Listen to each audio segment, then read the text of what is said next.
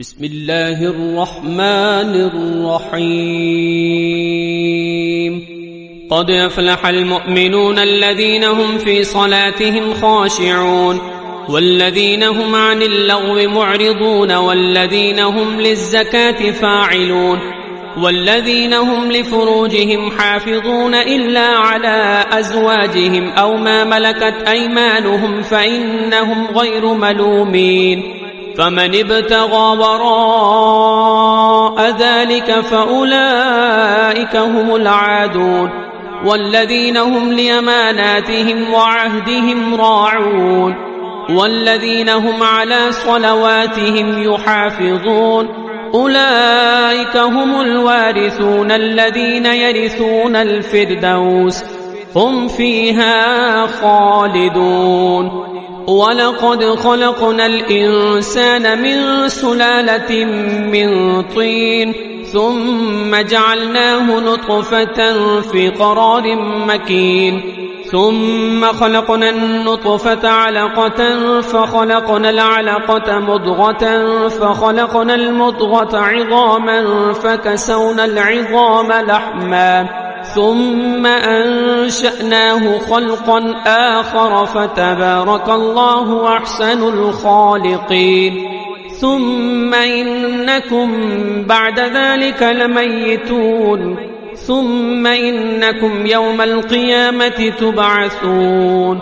ولقد خلقنا فوقكم 7 طرائق وما كنا عن الخلق غافلين وأنزلنا من السماء ماء بقدر فأسكناه في الأرض وإنا على ذهاب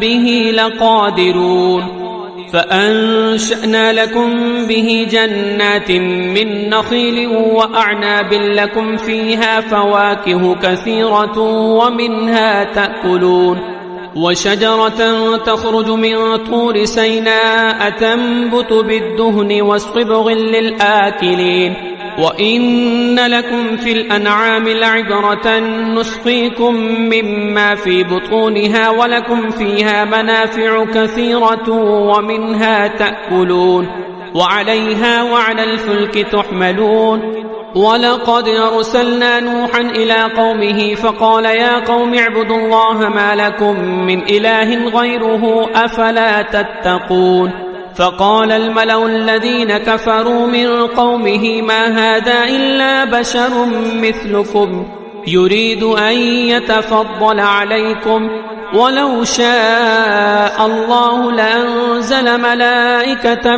ما سمعنا بهذا في آبائنا الأولين إن هو إلا رجل به جنة فتربصوا به حتى حين قال رب انصرني بما كذبون فأوحينا إليه أن اصنع الفلك بأعيننا ووحينا فإذا جاء أمرنا وفارت النور فاسلك فيها من كل زوجين 2 وأهلك إلا من سبق عليه القول منهم ولا تخاطبني في الذين ظلموا إنهم مغرقون فإذا استويت أنت ومن معك على الفلك فقل الحمد لله الذي نجانا من القوم الظالمين وقل رب أنزلني منزلا مباركا وأنت خير المنزلين إن في ذلك لآيات وإن كنا لمبتلين ثم أنشأنا من بعدهم قرنا آخرين فأرسلنا فيهم رسولا منهم أن اعبدوا الله ما لكم من إله غيره وفلا تتقون وقال الملأ من قومه الذين كفروا وكذبوا بلقاء الآخرة وأترفناهم في الحياة الدنيا ما هذا إلا بشر مثلكم يأكل مما تأكلون منه ويشرب مما تشربون ولئن أطعتم بشرا مثلكم إنكم إذا لخاسرون أيعدكم أنكم إذا متم كنتم ترابا وعظاما أنكم مخرجون أيعدكم أنكم إذا متم كنتم ترابا وعظاما أنكم مخرجون هيهات هيهات لما توعدون إن هي إلا حياتنا الدنيا نموت ونحيا وما نحن بمبعوثين إن هو إلا رجل افترى على الله كذبا وما نحن له بمؤمنين قال رب انصرني بما كذبون قال عما قليل ليصبحن نادمين فأخذتهم الصيحة بالحق فجعلناهم غثاء فبعدا للقوم الظالمين ثم أنشأنا من بعدهم قرونا آخرين ما تسبق من أمة أجلها وما يستأخرون ثم أرسلنا رسلنا تترى كلما جاء أمة رسولها كذبوه فأتبعنا بعضهم بعضا وجعلناهم أحاديث فبعدا لقوم لا يؤمنون ثم أرسلنا موسى وأخاه هارون بآياتنا وسلطان مبين إلى فرعون وملئه فاستكبروا وكانوا قوما عالين فقالوا أنؤمن لبشرين مثلنا وقومهما لنا عابدون فكذبوهما فكانوا من المهلكين ولقد آتينا موسى الكتاب لعلهم يهتدون وجعلنا ابن مريم وأمه آية وآويناهما إلى ربوة ذات قرار ومعين يا أيها الرسل كلوا من الطيبات واعملوا صالحا إني بما تعملون عليم وإن هذه أمتكم أمة واحدة وأنا ربكم فاتقون فتقطعوا أمرهم بينهم زبرا كل حزب بما لديهم فرحون فذرهم في غمرتهم حتى حين أيحسبون أنما نمدهم به من مال وبنين نسارع لهم في الخيرات بل لا يشعرون إن الذين هم من خشية ربهم مشفقون والذين هم بآيات ربهم يؤمنون والذين هم بربهم لا يشركون والذين يؤتون ما آتوا وقلوبهم وجلة أنهم إلى ربهم راجعون أولئك يسارعون في الخيرات وهم لها سابقون ولا نكلف نفسا إلا وسعها ولدينا كتاب ينطق بالحق وهم لا يظلمون بل قلوبهم في غمرة من هذا ولهم أعمال من دون ذلك هم لها عاملون حتى إذا أخذنا مترفيهم بالعذاب إذا هم يجارون لا تجاروا اليوم إنكم منا لا تنصرون قد كانت آياتي تتلى عليكم فكنتم على أعقابكم تنكصون مستكبرين به سامرا تهجرون أفلم يدبروا القول أم جاءهم ما لم يأت آباءهم الأولين أم لم يعرفوا رسولهم فهم له منكرون أم يقولون به جنة بل جاءهم بالحق وأكثرهم للحق كارهون ولو اتبع الحق أهواءهم لفسدت السماوات والأرض ومن فيهن بل أتيناهم بذكرهم فهم عن ذكرهم معرضون أم تسألهم خرجا فخراج ربك خير وهو خير الرازقين وإنك لتدعوهم إلى صراط مستقيم وإن الذين لا يؤمنون بالآخرة عن الصراط لناكبون ولو رحمناهم وكشفنا ما بهم من ضر للجوا في طغيانهم يعمهون ولقد أخذناهم بالعذاب فما استكانوا لربهم وما يتضرعون حتى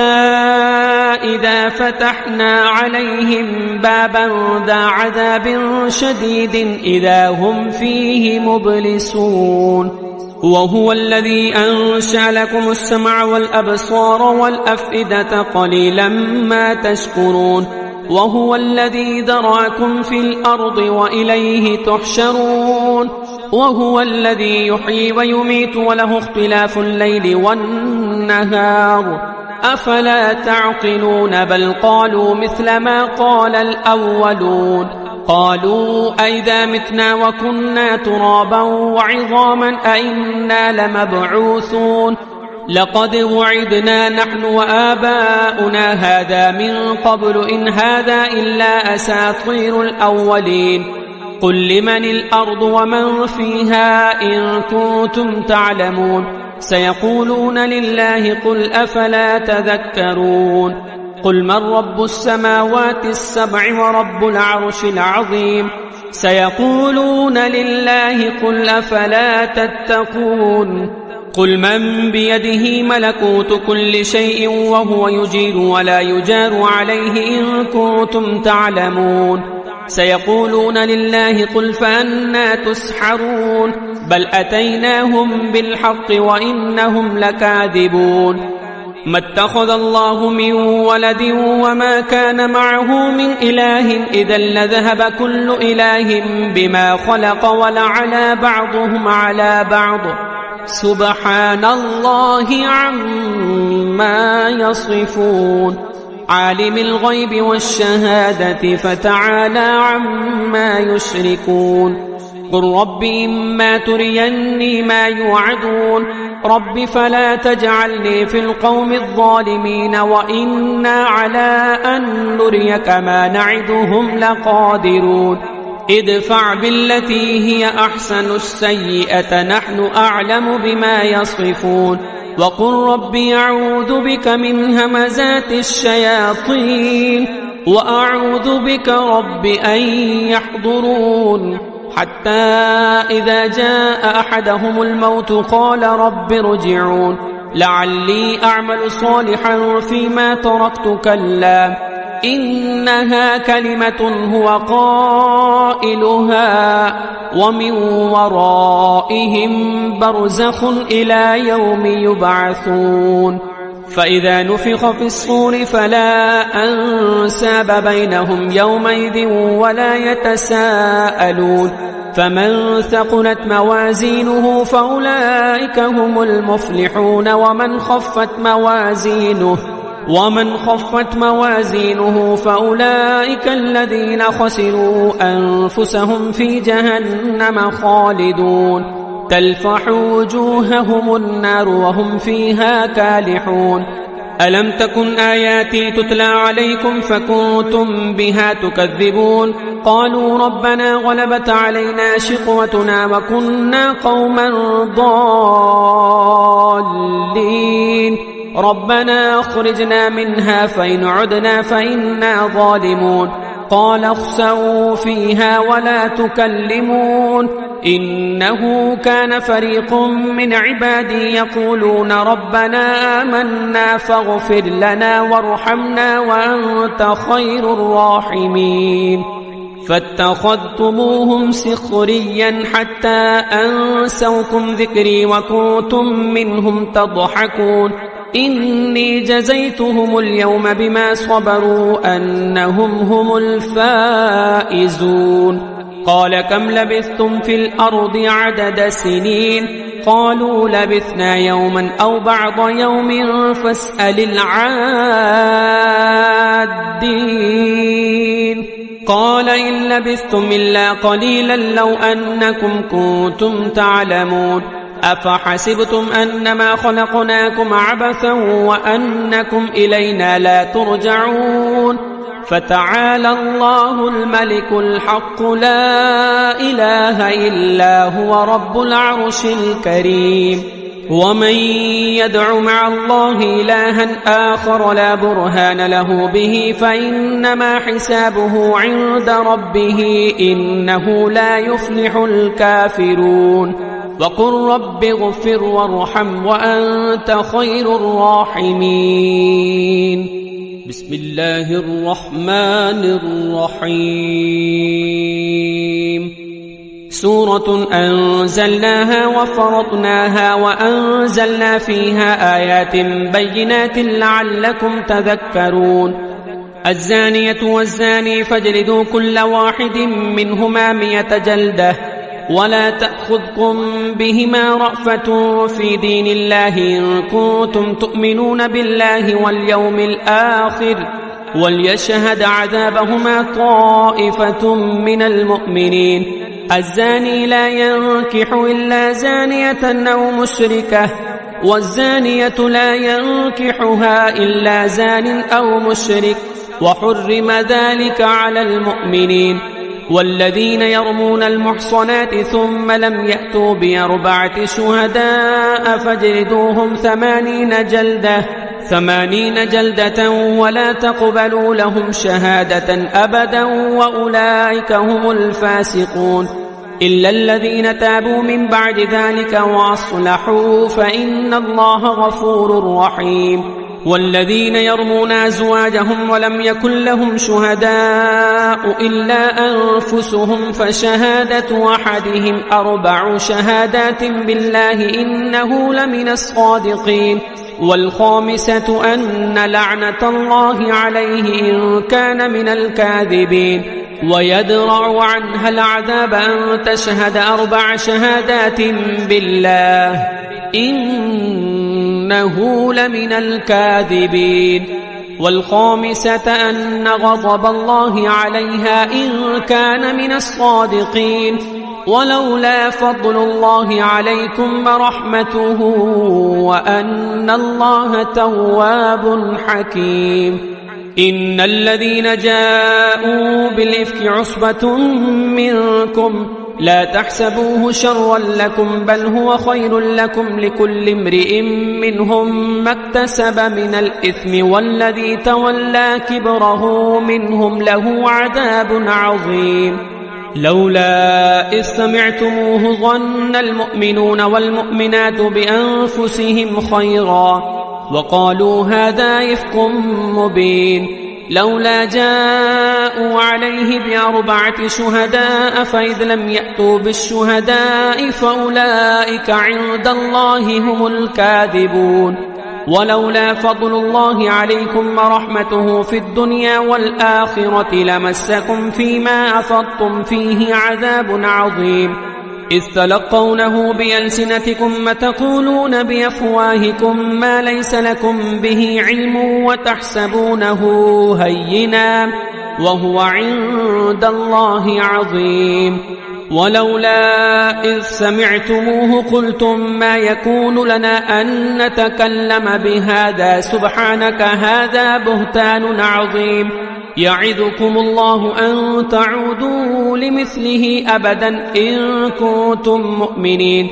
ويبين الله لكم الآيات والله عليم حكيم. إن الذين يحبون أن تشيع الفاحشة في الذين آمنوا لهم عذاب أليم في الدنيا والآخرة والله يعلم وأنتم لا تعلمون. ولولا فضل الله عليكم ورحمته وأن الله رؤوف رحيم. يا أيها الذين آمنوا لا تتبعوا خطوات الشيطان ومن يتبع خطوات الشيطان فإنه يأمر بالفحشاء والمنكر. ولولا فضل الله عليكم ورحمته ما زكى منكم من أحد أبدا ولكن الله يزكي من يشاء والله سميع عليم. ولا يأتل أولو الفضل منكم والسعة أن يؤتوا أولي القربى والمساكين والمهاجرين في سبيل الله وليعفوا وليصفحوا ألا تحبون أن يغفر الله لكم والله غفور رحيم. إن الذين يرمون المحصنات الغافلات المؤمنات لعنوا في الدنيا والآخرة ولهم عذاب عظيم. يوم تشهد عليهم ألسنتهم وأيديهم وأرجلهم بما كانوا يعملون يومئذ يوفيهم الله دينهم الحق ويعلمون أن الله هو الحق المبين الخبيثات للخبيثين والخبيثون للخبيثات والطيبات للطيبين والطيبون للطيبات أولئك مبرؤون مما يقولون لهم مغفرة ورزق كريم يا أيها الذين آمنوا لا تدخلوا بيوتا غير بيوتكم حتى تستأنسوا وتسلموا على أهلها ذلكم خير لكم لعلكم تذكرون فإن لم تجدوا فيها أحدا فلا تدخلوها حتى يؤذن لكم وإن قيل لكم ارجعوا فارجعوا هو أزكى لكم الله بما تعملون عليم ليس عليكم جناح أن تدخلوا بيوتا غير مسكونة فيها متاع لكم والله يعلم ما تبدون وما تكتمون قل للمؤمنين يغضوا من أبصارهم ويحفظوا فروجهم ذلك أزكى لهم إن الله خبير بما يصنعون وقل للمؤمنات يغضضن من أبصارهن ويحفظن فروجهن ولا يبدين زينتهن إلا ما ظهر منها وليضربن بخمرهن على جيوبهن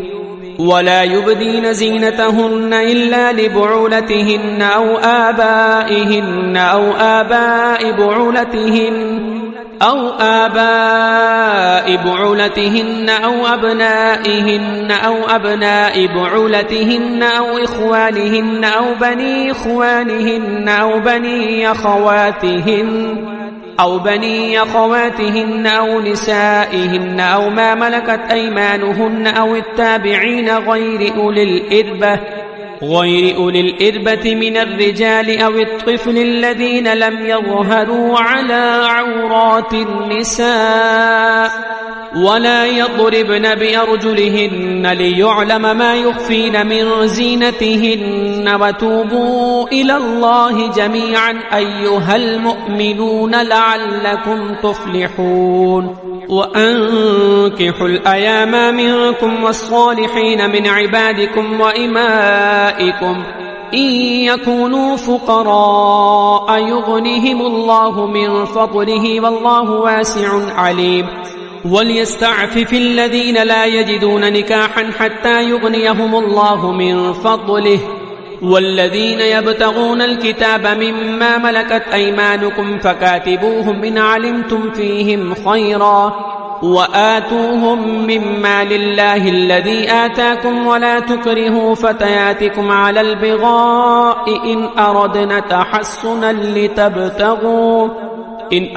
تحصنا لتبتغوا عرض الحياة الدنيا ومن يكرههن فإن الله من بعد إكراههن غفور رحيم ولقد أنزلنا إليكم آيات مبينات ومثلا من الذين خلوا من قبلكم وموعظة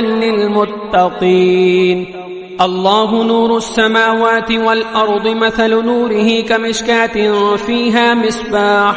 المصباح في زجاجة الزجاجة كأنها كوكب دري يوقد من شجرة مباركة زيتونة لا شرقية ولا غربية يكاد زيتها يضيء ولو لم تمسسه نور على نور يهدي الله لنوره من يشاء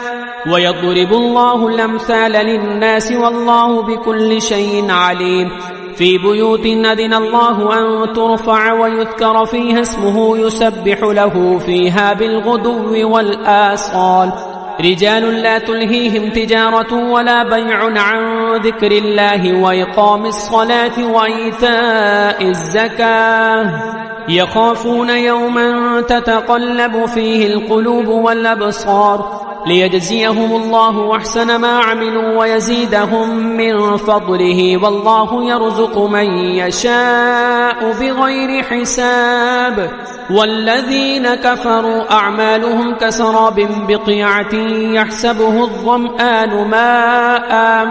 حتى إذا جاءه لم يجده شيئا ووجد الله عنده فوفاه حسابه والله سريع الحساب. أو كظلمات في بحر لجي يغشاه موج من فوقه سحاب ظلمات بعضها فوق بعض إذا أخرج يده لم يكد يراها ومن لم يجعل الله له نورا فما له من نور. ألم تر أن الله يسبح له من في السماوات والأرض والطير صافات كل قد علم صلاته وتسبيحه والله عليم بما يفعلون. ولله ملك السماوات والأرض وإلى الله المصير. ألم تر أن الله يزجي سحابا ثم يؤلف بينه ثم يجعله ركاما فترى الودق يخرج من خلاله وينزل من السماء من جبال فيها من برد فيصيب به من يشاء ويصرفه عن من يشاء يكاد سنا برقه يذهب بالأبصار يقلب الله الليل والنهار إن في ذلك لعبرة لأولي الأبصار. والله خلق كل دابة من ماء فمنهم من يمشي على بطنه ومنهم من يمشي على رجلين ومنهم من يمشي على أربع يخلق الله ما يشاء إن الله على كل شيء قدير. لقد أنزلنا آيات مبينات والله يهدي من يشاء إلى صراط مستقيم. ويقولون آمنا بالله وبالرسول وأطعنا ثم يتولى فريق منهم من بعد ذلك وما أولئك بالمؤمنين. وإذا دعوا إلى الله ورسوله ليحكم بينهم إذا فريق منهم معرضون وإن يكن لهم الحق يأتوا إليه مذعنين. أفي قلوبهم مرض أم اغتابوا أم يخافون أن يحيف الله عليهم ورسوله بل أولئك هم الظالمون. إنما كان قول المؤمنين إذا دعوا إلى الله ورسوله ليحكم بينهم أن يقولوا سمعنا وأطعنا وأولئك هم المفلحون. ومن يطع الله ورسوله ويخشى الله ويتقه فأولئك هم الفائزون. وأقسموا بالله جهد أيمانهم لئن أمرتهم ليخرجن قل لا تقسموا طاعة معروفة إن الله خبير بما تعملون. قل أطيعوا الله وأطيعوا الرسول فإن تولوا فإنما عليه ما حمل وعليكم ما حملتم قل أطيعوا الله وأطيعوا الرسول فإن تولوا فإنما عليه ما حمل وعليكم ما حملتم وإن تطيعوه تهتدوا وما على الرسول إلا البلاغ المبين. وعد الله الذين آمنوا منكم وعملوا الصالحات ليستخلفنهم في الأرض كما استخلف الذين من قبلهم وليمكنن لهم دينهم الذي ارتضى لهم وليبدلنهم من بعد خوفهم أمنا يعبدونني لا يشركون بي شيئا ومن كفر بعد ذلك فأولئك هم الفاسقون. وأقيموا الصلاة وآتوا الزكاة وأطيعوا الرسول لعلكم ترحمون. لا تحسبن الذين كفروا معجزين في الأرض ومأواهم النار ولبئس المصير. يا أيها الذين آمنوا ليستأذنكم الذين ملكت أيمانكم والذين لم يبلغوا الحلم منكم 3 مرات من قبل صلاة الفجر وحين تضعون ثيابكم من الظهيرة ومن بعد صلاة العشاء 3 عورات لكم ليس عليكم ولا عليهم جناح بعدهن طوافون عليكم بعضكم على بعض كذلك يبين الله لكم الآيات والله عليم حكيم وإذا بلغ الأطفال منكم الحلم فليستأذنوا كما استأذن الذين من قبلهم كذلك يبين الله لكم آياته والله عليم حكيم والقواعد من النساء اللاتي لا يرجون نكاحا فليس عليهن جناح أن يضعن ثيابهن غير متبرجات بزينة وأن يستعففن خير لهن والله سميع عليم ليس على الأعمى حرج ولا على الأعرج حرج ولا على المريض حرج ولا على أنفسكم أن تأكلوا من بيوتكم أو بيوت آبائكم أو بيوت أمهاتكم أو بيوت إخوانكم أو بيوت أخواتكم أو بيوت أعمامكم أو بيوت أعمامكم أو بيوت عماتكم أو بيوت أخوالكم أو بيوت خالاتكم أو ما ملكتم مفاتحه أو صديقكم ليس عليكم جناح أن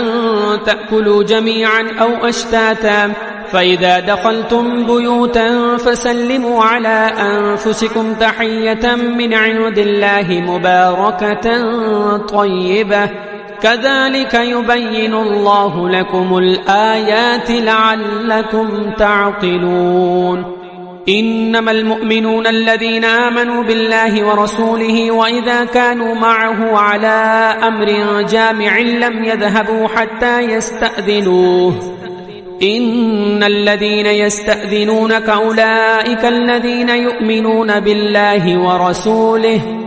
فإذا استأذنوك لبعض شأنهم فأذن لمن شئت منهم واستغفر لهم الله إن الله غفور رحيم لا تجعلوا دعاء الرسول بينكم كدعاء بعضكم بعضا قد يعلم الله الذين يتسللون منكم لواذا فليحذر الذين يخالفون عن أمره أن تصيبهم فتنة أو يصيبهم عذاب أليم ألا إن لله ما في السماوات والأرض قد يعلم ما أنتم عليه ويوم يرجعون إليه فينبئهم بما عملوا والله بكل شيء عليم بسم الله الرحمن الرحيم تبارك الذي نزل الفرقان على عبده ليكون للعالمين نذيرا الذي له ملك السماوات والأرض ولم يتخذ ولدا ولم يكن له شريك في الملك وخلق كل شيء فقدره تقديرا واتخذوا من دونه آلهة لا يخلقون شيئا وهم يخلقون ولا يملكون لأنفسهم ضرا ولا نفعا ولا يملكون موتا ولا حياة ولا نشورا وقال الذين كفروا إن هذا إلا إفك افتراه وأعانه عليه قوم آخرون فقد جاءوا ظلما وزورا وقالوا وساطير الأولين اكتتبها فهي تملى عليه بكرة وأصيلا قل أنزله الذي يعلم السر في السماوات والأرض إنه كان غفورا رحيما وقالوا ما لهذا الرسول يأكل الطعام ويمشي في الأسواق لولا أنزل إليه ملك فيكون معه نذيرا أو يلقى إليه كنز أو تكون له جنة يأكل منها وقال الظالمون إن تتبعون إلا رجلا مسحورا انظر كيف ضربوا لك الأمثال فضلوا فلا يستطيعون سبيلا تبارك الذي إن شاء جعل لك خيرا من ذلك جنات تجري من تحتها الأنهار ويجعل لك قصورا بل كذبوا بالساعة وأعتدنا لمن كذب بالساعة سعيرا إذا رأتهم من مكان بعيد سمعوا لها تغيظا وزفيرا وإذا ألقوا منها مكانا ضيقا مقرنين دعوا هنالك ثبورا لا تدعوا اليوم ثبورا واحدا وادعوا ثبورا كثيرا قل أذلك خير أم جنة الخلد التي وعد المتقون كانت لهم جزاء ومصيرا لهم فيها ما يشاءون خالدين كان على ربك وعدا مسئولا ويوم يحشرهم وما يعبدون من دون الله فيقول أنتم أضللتم عبادي هؤلاء أم هم ضلوا السبيل قالوا سبحانك ما كان ينبغي لنا أن نتخذ من دونك من أولياء ولكن متعتهم وآباءهم حتى نسوا الذكر وكانوا قوما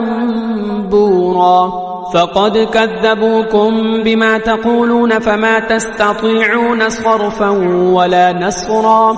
ومن يظلم منكم نذقه عذابا كبيرا